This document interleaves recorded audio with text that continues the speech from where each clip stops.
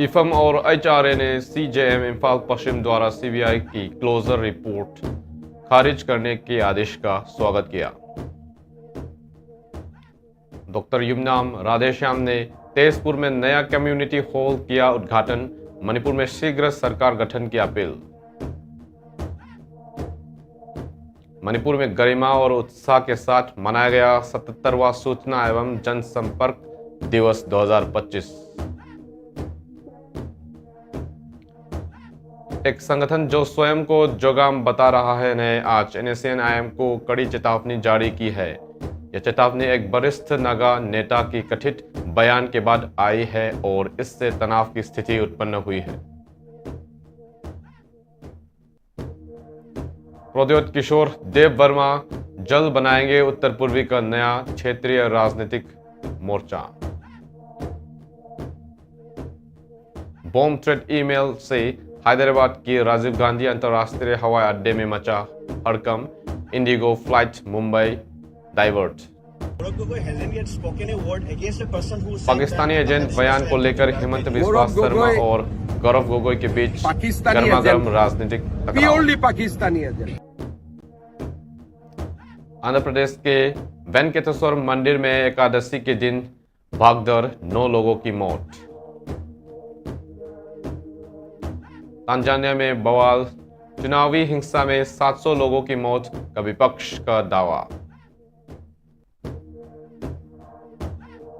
America चीन व्यापार समझौते से टैरिफ में राहत, लेकिन किसानों की मुश्किलें बरकरार।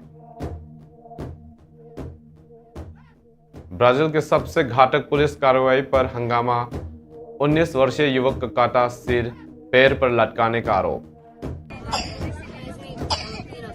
सैटेलाइट इमेज दिखा रहे हैं कि सूडान की अल फासर में नरसंहार अब भी जारी है। खुरुमजरी नमस्कार, मैं हूं थांगजम छितलजित। कंगला टीवी मणिपुर से सुनिए हिंदी में समाचार। अब समाचार विस्तार से। मणिपुर में न्याय की दिशा में एक अहम कदम। इम्फाल पश्चिम के chief judicial magistrate Shri Sorokhaibam Sadanand ने सीबीआई द्वारा दायर क्लोजर रिपोर्ट को खारिज करते हुए आरोपित सुरक्षा कर्मियों को अदालत में पेश होने का आदेश दिया है। यह आदेश 28 अक्टूबर 2025 को जारी किया गया है, जो 18 जून 2001 की उस घटना से जुड़ा है जिसे ग्रेट जून अपराइजिंग या यूनिटी डे के नाम से जाना जाता है। इस घटना में 14 निहत्थे प्रदर्शनकारियों की मौत हुई थी, जो मणिपुर की क्षेत्रीय अखंडता की रक्षा के लिए प्रदर्शन कर रहे थे। Extra judicial execution victim families association Manipur और ह्यूमन राइट्स अलर्ट ने इस आदेश का स्वागत करते हुए कहा कि यह सत्य और न्याय की दिशा में एक बड़ा कदम है। अदालत ने असम राइफल्स, CRPF और मणिपुर पुलिस के आरोपित कर्मियों को 25 नवंबर 2025 को अदालत में पेश होने के लिए समन जारी है। पीड़ित परिवारों और मानवाधिकार संगठनों ने कहा कि यह फैसला न्याय और जवाबदेही की उम्मीद को फिर से जीवित करता है और मणिपुर के लंबे संघर्ष में एक महत्वपूर्ण मोड़ साबित हो सकता है।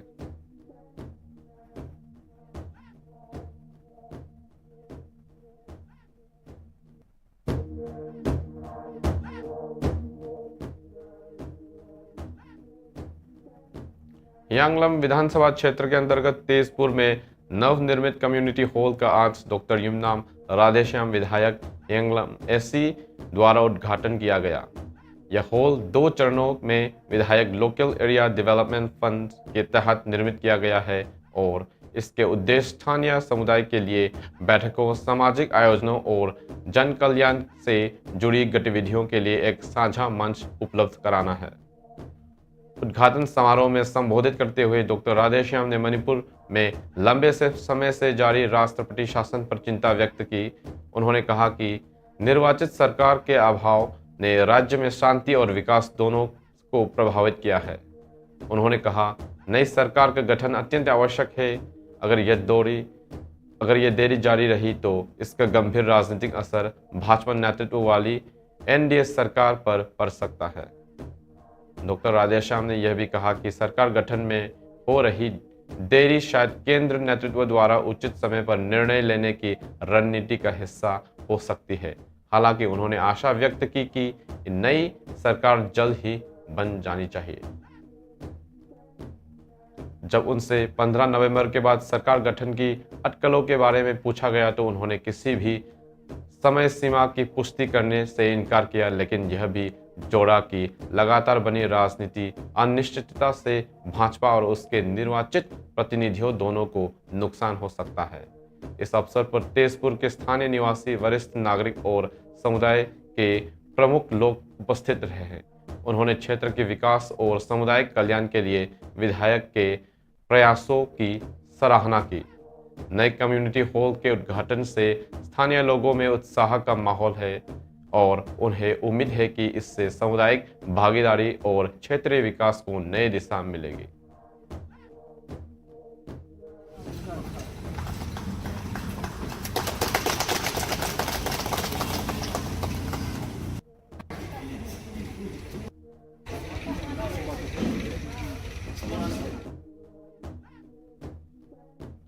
सूचना और जनसंपर्क निदेशालय निताईपा चुटेक एयरपोर्ट रोड इम्फाल में आज 77वां सूचना एवं जनसंपर्क दिवस 2025 बड़े ही गरिमामय ढंग से मनाया गया। कार्यक्रम के मुख्य अतिथि के पुनीत कुमार गोयल, आईएएस मुख्य सचिव मणिपुर सरकार, कार्यक्रम की अध्यक्षता हेंग्यो वोरसांग, आईएएस सचिव आईपीआर ने की, जबकि एम जोई सिंह, आईएएस सेवानिवृत्त पूर्व आयुक्त सम्मानित अतिथि के रूप में उपस्थित रहे। मुख्य सचिव गोयल ने अपने संबोधन में कहा कि डीआईपीआर लोकतांत्रिक शासन की आत्मा है और पारदर्शिता उसकी नींव। उन्होंने कहा, डीआईपीआर सरकार की आवाज है, यह जनता और प्रशासन के बीच संवाद का सेतु है। उन्होंने अधिकारियों से हर प्रेस विज्ञप्ति और सूचना में सटीकता, स्पष्टता और विश्वसनीयता बनाए रखने के आह्वान किया। मुख्य सचिव ने ई गजट पोर्टल की शुरुआत, राष्ट्रीय मीडिया समन्वय सम्मेलन और आरटीआई सप्ताह 2025 जैसे मील के पत्थरों की सराहना की। उन्होंने लघु फिल्म प्रतियोगिता को सामाजिक बदलाव का रचनात्मक माध्यम बताया। उन्होंने कहा कि जनसंपर्क केवल सूचना नहीं बल्कि नागरिकों की बात सुनना भी है। उन्होंने डीआईपीआर को सोशल मीडिया प्लेटफॉर्म्स का जिम्मेदारी से उपयोग करने की सलाह दी ताकि वे सत्यपति, विश्वसनीय और आकर्षक बने रहे। हंग्यो वोरसांग ने अपने अध्यक्षीय भाषण में विभाग द्वारा अपने सेवानिवृत्त अधिकारियों को सम्मानित करने की परंपरा की प्रशंसा की और मीडिया संगठनों के साथ मजबूत संबंध बनाने की आवश्यकता पर बल दिया। एम जोई सिंह ने डीआईपीआर के इतिहास पर प्रकाश डालते हुए विभाग की परंपराओं की सराहना की। गांगोम उत्तम, निदेशक आईपीआर, ने अपने संबोधन में कहा कि डीआईपीआर गलत सूचना के खिलाफ संघर्ष में और सरकार व जनता के बीच विश्वास कायम करने में अहम भूमिका निभाता है। उन्होंने युवाओं के बीच जागरूकता बढ़ाने के लिए थिंक बिफोर यू शेयर जैसे अभियान शुरू करने का सुझाव दिया। समारोह का मुख्य आकर्षण रहा सेवानिवृत्त अधिकारियों का सम्मान और लघु फिल्म प्रतियोगिता के विजेताओं को पुरस्कार वितरण। विजेताओं में देवदर्शन गुरुमयुम, डिंकू ठिंगाम, बोनी टखेलमयुम, सोरोजेंज वासुम और क्षेत्रीय प्रभा सिंह शामिल रहे। समारोह में कई वरिष्ठ पत्रकारों और मीडिया प्रतिनिधियों की उपस्थिति ने कार्यक्रम को सफल और योगदार बना दिया।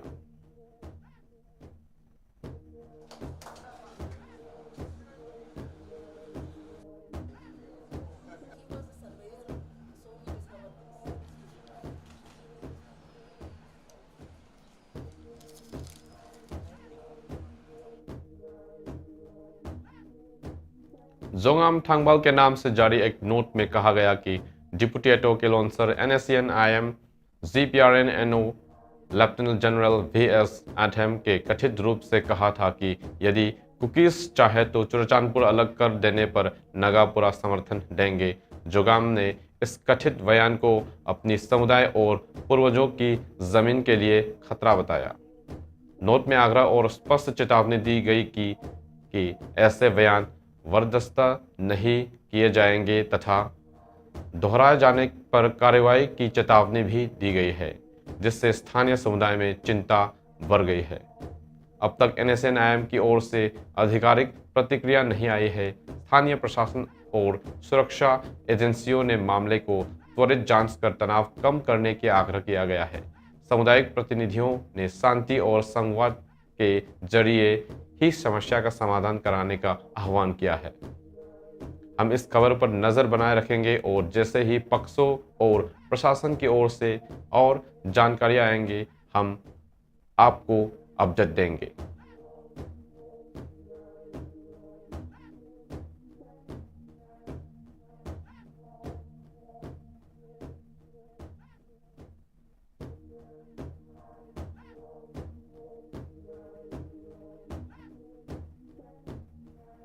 त्रिपुरा मोन्ठा के संस्थापक और त्रिपुरा के शाही परिवार के सदस्य प्रद्योत किशोर देव वर्मा ने पुष्टि की है कि अगले 3 से 4 दिनों में एक नया क्षेत्रीय राजनीतिक मोर्चा अस्तित्व में आने वाला है, जो पूरे उत्तर पूर्वी भारत के विभिन्न क्षेत्रीय दलों को एक साझा मंच पर लाएगा।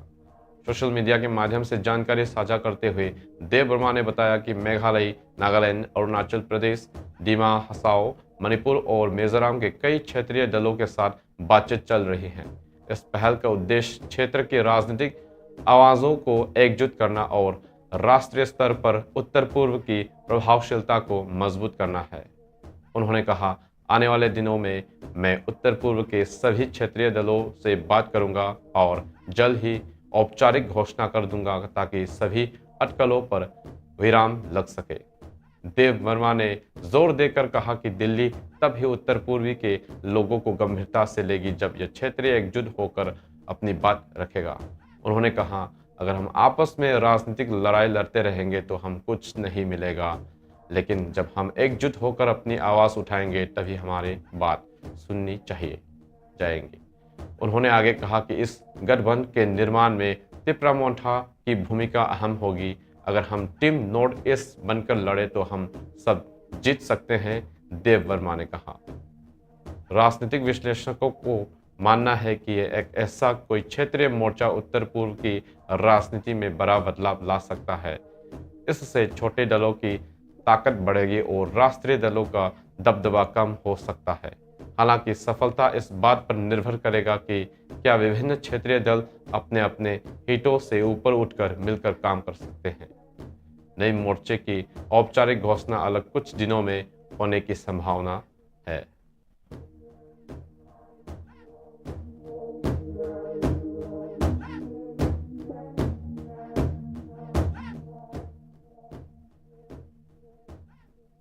आज सुबह हैदराबाद के राजीव गांधी अंतर्राष्ट्रीय हवाई अड्डे में एक बड़ा सुरक्षा अलर्ट तब उत्पन्न हुआ जब सुबह करीब 5:25 पर एयरपोर्ट अधिकारियों को एक थ्रेट ईमेल मिला। इस ईमेल में दावा किया गया था कि IndiGo flight 6E68 Jeddah to Hyderabad में एक ह्यूमन बम मौजूद है और इसमें LTTE और ISI ऑपरेटिव्स के शामिल होने की बात कही गई है। धमकी में 1984 के चेन्नई हवाई अड्डे हमले जैसे विस्फोट योजना का जिक्र था। सुरक्षा एजेंसी ने तुरंत कार्रवाई करते हुए विमान को मुंबई की ओर डाइवर्ट कर दिया, जहां फ्लाइट सुरक्षित लैंड हुई। सभी यात्रियों और लगेज की गहन सिक्योरिटी चेक की गई, लेकिन कोई विस्फोटक सामग्री नहीं पाई गई। साइबर क्राइम डिपार्टमेंट्स और इंटेलिजेंस एजेंसीज अब इस ईमेल के स्रोत और विश्वसनीयता की जांच कर रही है। एयरपोर्ट अधिकारियों ने कहा कि हालांकि कोई वास्तविक खतरा नहीं मिला, लेकिन सभी सिक्योरिटी प्रोटोकॉल्स का पालन करते हुए यात्रियों की सुरक्षा सुनिश्चित की गई। फिलहाल हैदराबाद हवाई अड्डे पर सभी संचालन सामान्य है और स्थिति पूरी तरह नियंत्रण में है।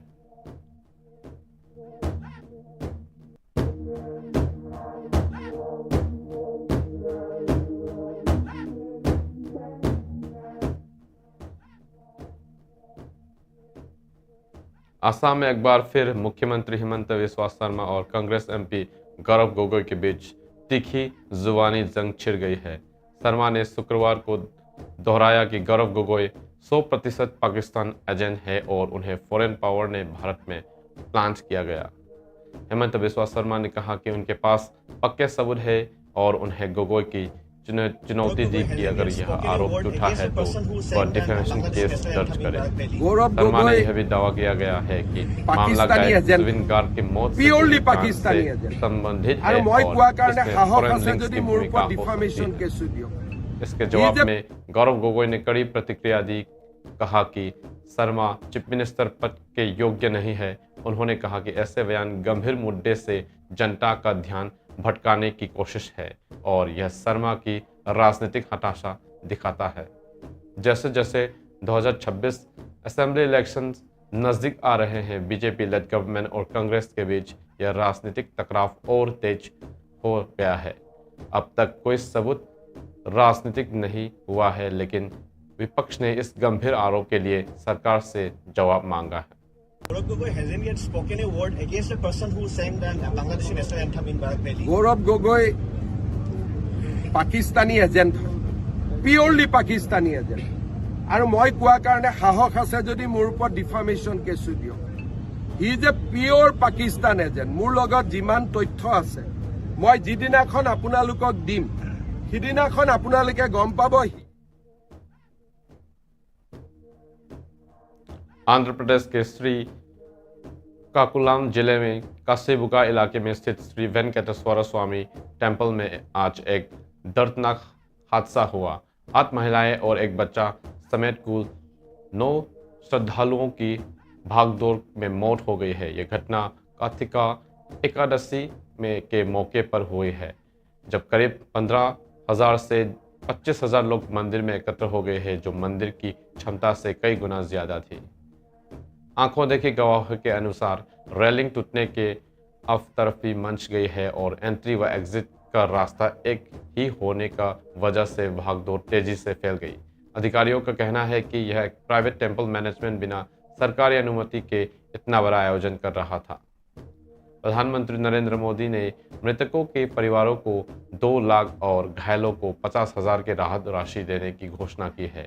वहीं आंध्र प्रदेश सरकार ने घटना की उच्च स्तरीय जांच की आदेश दिए हैं ताकि जिम्मेदार लोगों पर कार्रवाई की जा सके।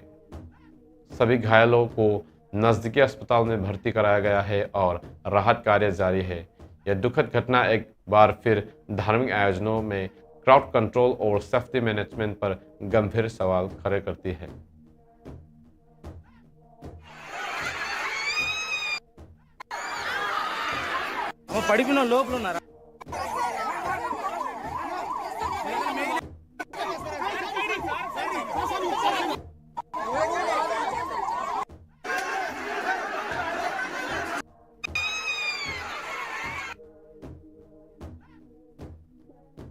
तांजानिया में हालिया जनरल इलेक्शन के बाद हालात बेहद तनावपूर्ण हो गए हैं।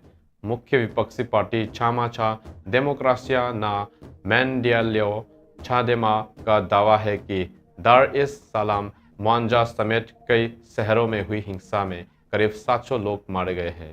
वहीं United nation human rights office ने कहा कि उनके पास विश्वसनीय रिपोर्ट है कि जिनमें कम से कम 10 मौतें की पुष्टि हुई है। इंटरनेट ब्लॉक आउट और भारी सुरक्षा तैनाती के कारण सही आंकड़ों की पुष्टि मुश्किल है। विरोध प्रदर्शन तब शुरू हुई जब कई प्रमुख विपक्षी उम्मीदवारों को चुनाव लड़ने से रोक दिया गया और पूरे चुनावी प्रक्रिया को अनफेयर बताया गया। इसके बावजूद सत्तारूढ़ पार्टी छामा-छा मापिंडुजी ने प्रेसिडेंट सामिया सुलुहु हसन की जीत की घोषणा की, जिन्हें लगभग 98% वोट मिलने के दावा किया गया है। स्थिति बिगड़ने पर सरकार ने कर्फ्यू, इंटरनेट शटडाउन और मिलिट्री व पुलिस फोर्सेस की तैनाती कर दी है ताकि हालात को नियंत्रण में लाया जा सके। अंतर्राष्ट्रीय मानवाधिकार संगठनों और पर्यवेक्षकों ने हिंसा और चुनाव प्रक्रिया की स्वतंत्र जांच की मांग की है। देश इस समय अपने दशकों के सबसे बड़े राजनीतिक संकटों में से एक से गुजर रहा है। The aftermath of violent clashes. Weapons against protesters and to make every effort to de-escalate tensions. The government has sent troops to Dar, a ruling party. The ruling party and its government have described as an election America और चीन के बीच एक अस्थायी व्यापार समझौते पर सहमति बन गई है, जिनके तहत दोनों देशों ने कुछ टैरिफ्स और एक्सपोर्ट कर्ब्स को अस्थायी रूप से रोक दिया है। यह समझौते दोनों देशों के बीच लंबे समय से चल रहे व्यापार तनाव को कम करने की दिशा में एक सकारात्मक कदम माना जा रहा है। हालांकि विशेषज्ञों का कहना है कि यह समझौता अमेरिकी सोयाबीन फार्मर्स के लिए शायद बहुत देर से आया है, क्योंकि पिछले कई वर्षों में वे भारी नुकसान झेल चुके हैं। इसके अलावा यह समझौता दोनों देशों की अर्थव्यवस्था में मौजूद गहरे संकटों जैसे चीन की मैन्युफैक्चरिंग स्लोडाउन और अमेरिका की इन्फ्लेशन कंसर्न को पूरी तरह संबोधित नहीं करता। अमेरिकी प्रशासन ने कहा कि यह एक केवल पहला चरण है और आने वाले महीनों में एक स्थायी समझौते के लिए बातचीत जारी रहेगी। वहीं चीन ने भी इस समझौते को संतुलित और पारस्परिक रूप से लाभदायक बताया है।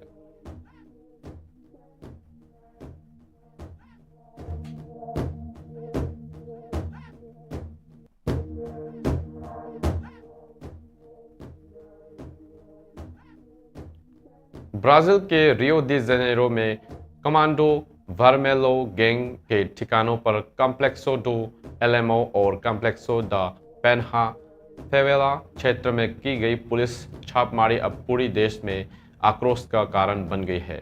इस प्री डाउन रेड में पुलिस ने कम से कम 121 लोगों को मार गिराया, जबकि नागरिक संगठनों का दावा है कि मरने वाले की संख्या 132 तक पहुंच सकती है।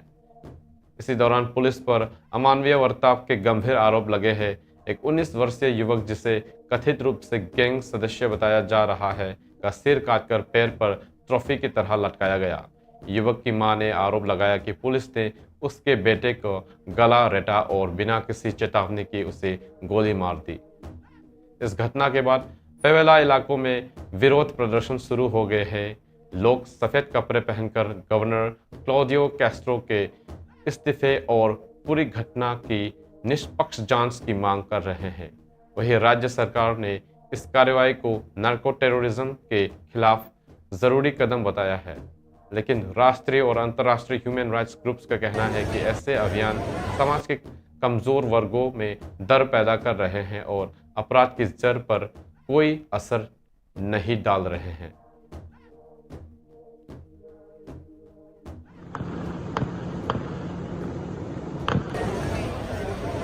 O que há de novo nesse massacre? Apenas a que falta. O que leva, portanto, o que leva então o Estado a entrar numa comunidade como नई सैटेलाइट इमेज ने सूडान के एल फैसर शहर में बड़े पैमाने पर हो रही हत्याओं की भयावह तस्वीरें उजागर की है। याल स्कूल ऑफ पब्लिक हेल्थ के ह्यूमैनिटेरियन रिसर्च लैब द्वारा विश्लेषित इन तस्वीरों में मानव शरीर के आकार की वस्तुएं और जमीन पर लाल धब्बे के बड़े क्षेत्र दिखाई दे रहे हैं, जो वहां हो रही सामूहिक हत्याओं और खून खराबे के संकट देते हैं। यह इलाका पश्चिमी दारफुर क्षेत्र की राजधानी है, जिसे हाल ही में रैपिड सपोर्ट फोर्सेस ने सूडानीज आर्म फोर्सेस से कब्जे में लिया। कब्जे के बाद आरएसएफ पर आरोप है कि उन्हें घर घर जाकर क्लियरेंस ऑपरेशन के नाम पर फर्ज जाकवा और बैरती जैसे गैर अरब समुदायों के लोगों को निशाना बनाया। मानवीय संगठन के अनुसार शहर में 460 से अधिक लोग, जिनमें अस्पताल के मरीज और उनके परिजन भी शामिल है, मारे गए हैं। रिपोर्ट में यह भी दावा किया गया है कि कब्जे के पहले लगभग 2000 नागरिकों को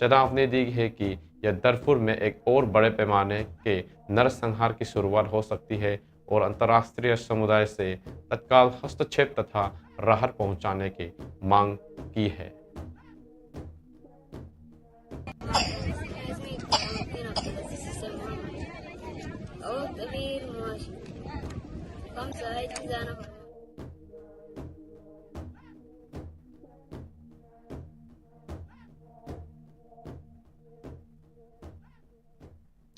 कंगला टीवी में हम मानते हैं कि हर आवाज़ मायने रखती है और हर कहानी महत्वपूर्ण होती है। आपकी स्थानीय खबरें, आपकी टिप्पणियां और आपके अनुभव शक्तिशाली है। ये एक अधिक जागरूक समाज बनाने में मदद करते हैं। हम आपको प्रोत्साहित करते हैं कि आप आगे आएं और हमारी सिटीजन जर्नलिज्म पहल के तहत अपनी स्थानीय खबरें साझा करें। आपका सहयोग सिर्फ स्वागत योग्य ही नहीं बल्कि यह समाज के लिए अत्यंत आवश्यक है। साथ मिलकर हम समस्याओं को उजागर कर सकते हैं, उपलब्धियों का जश्न मना सकते हैं और असली कहानियां को सामने ला सकते हैं। आपके द्वारा भेजी गई हर खबर को हमारे संपादकीय टीम द्वारा पूरी तरह से मूल्यांकन किया जाएगा और आपकी इस प्रतिबद्धता को सम्मानित करने के लिए साल के सर्वश्रेष्ठ नागरिक पत्रकार को 10,000 रुपये का पुरस्कार हर साल कंगला टीवी के स्थापना दिवस 14 सितंबर को प्रदान किया जाएगा। अपने समुदाय की आवाज़ बने, कंगला टीवी के सिटीजन जर्नलिज्म का हिस्सा बने, क्योंकि असली बदलाव आपके साथ शुरू होता है। अंत में मुख्य समाचार एक बार फिर। इफम और HRA ने CJM इम्फाल पश्चिम द्वारा CBI की क्लोजर रिपोर्ट खारिज करने के आदेश का स्वागत किया। डॉक्टर युमनाम राधेश्याम ने तेजपुर में नया कम्युनिटी हॉल किया उद्घाटन। मणिपुर में शीघ्र सरकार गठन की अपील। मणिपुर में गरिमा और उत्साह के साथ मनाया गया 77वां सूचना एवं जनसंपर्क दिवस 2025। एक संगठन जो स्वयं को जोगाम बता रहा था ने आज NSNIM को कड़ी चेतावनी जारी है कि यह चेतावनी एक वरिष्ठ नागा नेता के कथित बयान के बाद आई है और इससे तनाव की स्थिति उत्पन्न हुई है। प्रोद्योत किशोर देव वर्मा जल्द बनाएंगे उत्तर पूर्वी का नया क्षेत्रीय राजनीतिक मोर्चा।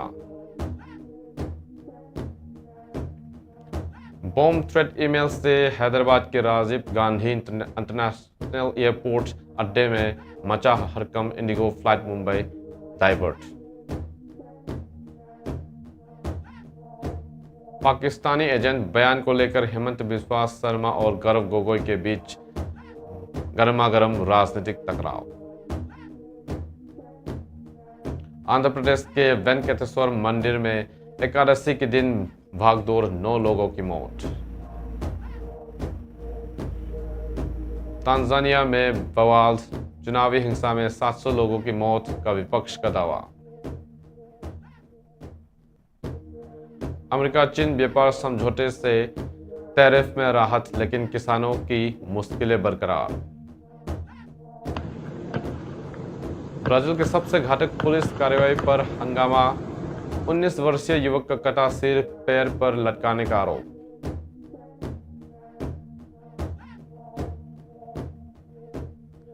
सैटेलाइट इमेज दिखा रहे हैं कि सूडान के एल फैसर में नरसंहार अब भी जारी है। आज के लिए इतना ही। मणिपुर से हिंदी में समाचार सुनने के लिए कंगला टीवी से जुड़े रहे। धन्यवाद।